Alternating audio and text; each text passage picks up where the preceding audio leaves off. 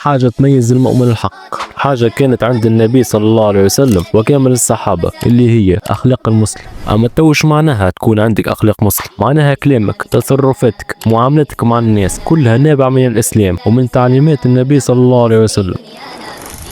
أول حاجة الإخلاص لله، يعني كل عمل تعمله يكون لوجه الله، مش باش الناس تقول يا فلان راك باهي. ربي وحده يعلم شنو في قلبك. قال الله تعالى: قل إن صلاتي ونسكي ومحياي ومماتي لله رب العالمين. ثاني حاجة الصدق، معناها كي تحكي بالصحيح وما تكذبش حتى كان يضرك. الصدق خير من الكذب اللي يجيب لك مشاكل مع ربي ومع العباد. النبي صلى الله عليه وسلم قال: إن الصدق يهدي إلى البر وإن البر يهدي إلى الجنة. وقال الله تعالى: يا أيها الذين آمنوا اتقوا الله وكونوا مع الصادقين. ثالث حاجة الأمانة، إنك تكون شخص ثقة. الأمانة مش كان في الفلوس، أما زاد في الأسرار، في المسؤوليات، في أي حاجة ربي أتملك عليها. قال الله تعالى.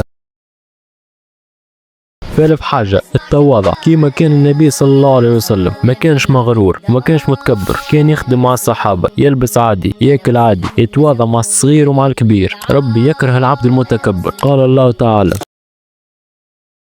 رابع حاجة الصبر، على خاطر الدنيا مش سهلة، ثم مشاكل، ثم ابتلاءات، والمهم انك تصبر وتطلب من رب العون. والصبر زاد في التعامل مع الناس، ما تغضبش في الساعة. قال الله تعالى: واستعينوا بالصبر والصلاة وإنها لكبيرة إلا على الخاشعين. خامس حاجة العدل والإنصاف، معناها تعطي كل واحد حقه وما تظلمش، حتى كان العبد اللي قدامك ما يعجبكش. العدل لازم يكون للجميع. قال الله تعالى.